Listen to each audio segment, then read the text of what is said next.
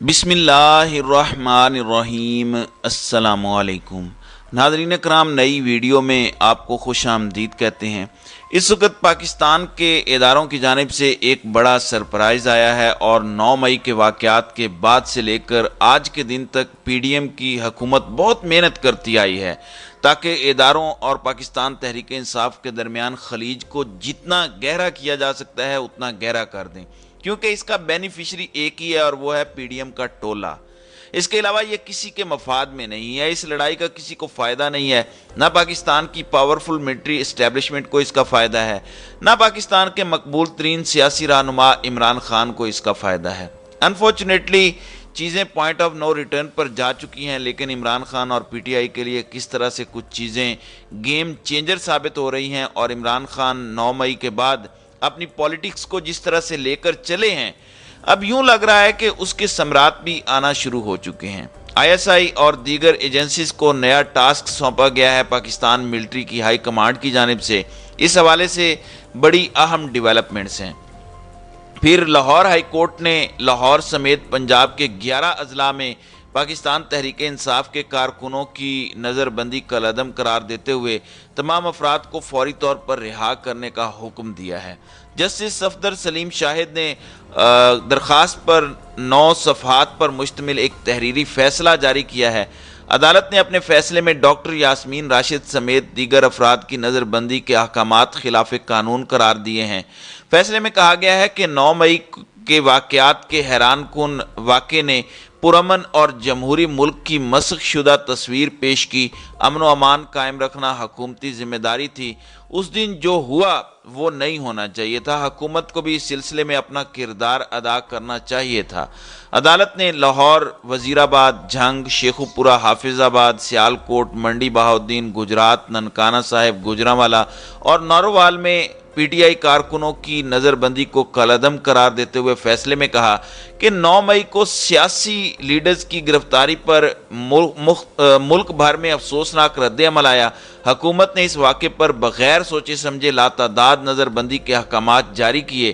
حکومت کے پاس شواہد موجود تھے تو فوجداری مقدمات میں گرفتاری کے لیے بہت وقت تھا۔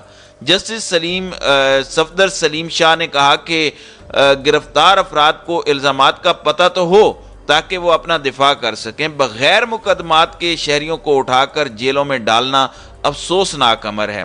ڈپٹی کمشنر کی جانب سے ڈسٹرکٹ پولیس افسر کی رپورٹ پر شہریوں کو جیل میں ڈال دیا گیا۔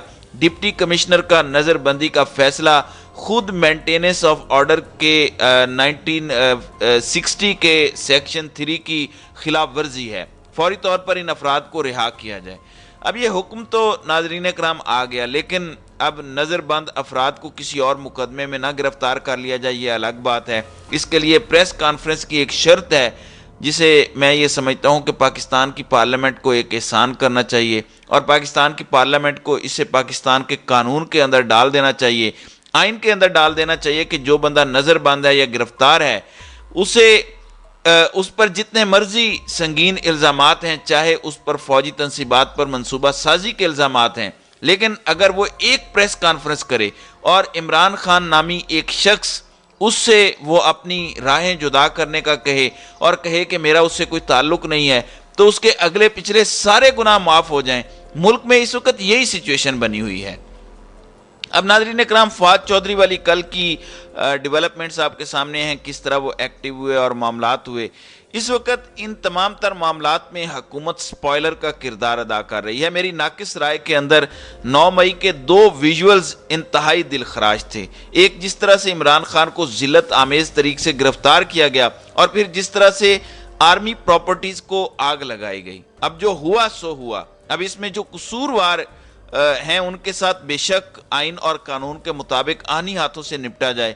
پتہ بھی ہونا چاہیے کسی بھی پرامن معاشرے کے اندر، کسی بھی جمہوری یا آئینی اور قانونی ملک کے اندر یہ چیزیں نہیں کی جا سکتی، اس کی گنجائش نہیں ہوتی۔ لیکن رانا ثناءاللہ کی سٹیٹمنٹ دیکھ لیں، وہ کہہ رہے ہیں کہ 9 مئی کو انہوں نے لیپ ٹاپس اور کانفیڈینشیل ڈاکومنٹس بھی چوری کیے۔ وہ کون ریکور کرے گا؟ اور ظاہری بات ہے وہ آرمی کرے گی، کوئی اللہ دیتا تو آ کے نہیں کرے گا۔ اس لیے آرمی ایکٹ لگنا چاہیے، اور جس نے موٹیویٹ کیا، جس کے کہنے پر یہ سارے عوامل ہوئے، جس کے کہنے پر یہ سب کچھ ہوا اس کے ساتھ یہ ہونا چاہیے، وہ ہونا چاہیے۔ پھر جاوید لطیف کہتے ہیں کہ 9 مئی کو شرپسندی کے لیے بیرونی سازش اور واقعات میں ملوث افراد کے خلاف قانونی کارروائی کے لیے ثبوت موجود ہیں۔ ریاستی اداروں کو پی ٹی آئی کی بااثر خواتین کے بیرونی رابطوں کا بھی علم ہے۔ آئندہ شرپسندی کے واقعات سے بچنے کے لیے 9 اور 10 مئی کے ماسٹر مائنڈ کو کیفر کردار تک پہنچانا ہوگا۔ مطلب ان کی لینگویج، ان کی ٹون، ان کی گفتگو سنیں، بغیر ثبوتوں کے انتہائی لچر قسم کی گفتگو ان دونوں افراد کی جانب سے کی گئی ہے۔ دیکھیں، آرمی ایکٹ کی اگر پاکستان کے آئین اور قانون کے اندر گنجائش موجود ہے تو بالکل کریں، لیکن پی ڈی ایم کی زبانی یہ سب کچھ کرنا بڑا عجیب ہے۔ گراس روٹ لیول پر تو پولیس یہ سب دیکھ رہی ہے، اور پولیس نگران پنجاب حکومت کے نیچے ہے جو خود پی ڈی ایم کا حصہ ہے، تو اس میں سے پولیٹیکل وکٹمائزیشن کا عنصر اس پورے کے پورے سناریو کو نقصان پہنچا رہا ہے۔ جنہوں نے غلط کام کیے ہیں، جنہوں نے اس میں کھلواڑ کیا، اس پر کارروائی کریں، لیکن جب اس میں بے گناہوں کو پھنسائیں گے محض اپنے پولیٹیکل وینڈیٹا کے لیے، جو کہ یہ حکومت کھل کر بھی رہی ہے، تو انتہائی افسوسناک بات ہے۔ آپ دیکھیں کچھ جگہوں پر پولیس والے رشوت لے کر لوگوں کے ساتھ یہ وارداتیں کر رہے ہیں کہ تمہیں 9 مئی کے واقعات میں پھنسا دیں گے۔ کچھ جگہوں پر نون لیگ کے اپنے مقامی عہدیدار دوسری پارٹی کے لوگوں کو جو پی ٹی آئی سے ہیں، جن سے ان کی ذاتی رنجش ہے، ان کے نام لکھوا رہے ہیں۔ پھر لیٹر ہیڈ پر لکھا جا رہا ہے کہ ان 4 بندوں نے پی ٹی آئی چھوڑ دی ہے اور اس لیے انہیں گرفتار نہ کیا جائے۔ قانون اور آئین کو دیکھیں، لیکن یہاں تو اس واقعے سے دیگر مقاصد حاصل کیے جا رہے ہیں۔ اب اس حوالے سے ایک مثبت ڈیولپمنٹ آئی ہے۔ خان صاحب بھی ان 9 مئی کے واقعات کی مذمت کر چکے ہیں، اور خان صاحب کا صرف اتنا موقف ہے، یہ بیانیہ ہے، اور ہونا بھی یہی بیانیہ چاہیے کہ 9 مئی کے واقعات کی مذمت ہونی چاہیے، اور جو ان واقعات میں ملوث ہیں ان کے خلاف قانون اور آئین کے مطابق کارروائی ہونی چاہیے، خواہ آپ ملٹری کورٹس میں جائیں یا کہیں اور جائیں۔ اب پاکستان کی ملٹری اسٹیبلشمنٹ نے ایک فیصلہ کیا ہے کہ ایک کمیٹی بنائی جائے گی جسے خصوصی ٹاسک دیے جائیں گے۔ اس میں پاکستان کی افواج کے نمائندگان ہیں، اس میں پاکستان کی خفیہ ایجنسی ISI ہے، اس کے ساتھ MI بھی ہوگی، اور یہ لوگ ان واقعات میں ہونے والے مختلف چیزوں کا باریک بینی سے جائزہ لیں گے، اور لوگوں کی کچھ کیٹیگریز بنائی جائیں گی۔ مثلا ایک شخص کور کمانڈر ہاؤس کے اندر موجود تو تھا، لیکن وہ بس کھڑے ہو کر تماشا دیکھ رہا تھا، یہ ایک الگ کیٹیگری ہے۔ اور جو شخص اندر موجود تھا اور توڑ پھوڑ کر رہا تھا، جلاؤ گراؤ کر رہا تھا یا سامان چوری کر رہا تھا، اس کی ایک الگ کیٹیگری ہے۔ اس لیے اب یہ فیصلہ کیا گیا ہے کہ کچھ کیٹیگریز بنائی جائیں گی، category A، category B، C اور D۔ اب کیٹیگری A کے لوگوں کو ان کے کیے کے مطابق سزا دی جائے گی، اور جو بے گناہ ہیں یا جن کا جرم کم ہے ان کو اسی طرح سے ٹریٹ کیا جائے گا۔ ناظرین اکرام، اس وقت پاکستان میں جو کچھ ہو رہا ہے، عمران خان نے اسے بڑی تفصیل سے ہائی لائٹ کیا ہے۔ اگر یہ انشور کر لیا جائے پاکستان ملٹری کی جانب سے، جو کہ اس وقت لگ رہا ہے کہ انہوں نے یہ کمیٹی بھی اسی لیے بنائی ہے تاکہ کوئی اس کے اندر اپنے سیاسی مقاصد نہ حاصل کر سکے، کیونکہ اس لڑائی کا فائدہ، اس لڑائی کا بینیفیشری کون ہے؟ اس کا بینیفیشری صرف اور صرف یہ پی ڈی ایم کا ٹولہ ہے۔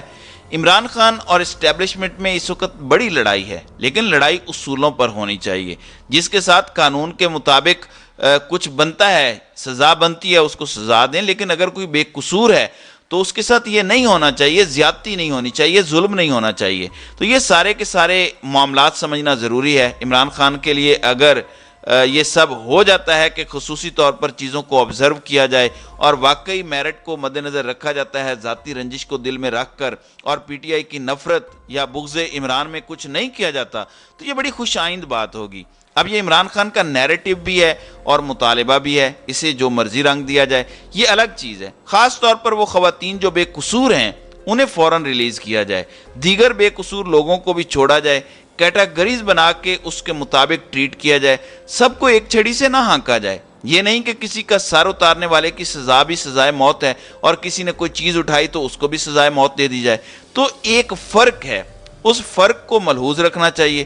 امید ہے اس میں تعصب اور سیاست سے بالا تر ہو کر یہ سب کچھ کیا جائے گا اور انصاف ہوتا بھی نظر آئے گا۔ تو ناظرین کرام، آپ کی اس ویڈیو کے حوالے سے کیا رائے ہے؟ آپ اپنی رائے کا اظہار کامنٹ سیکشن میں ضرور کیجئے گا۔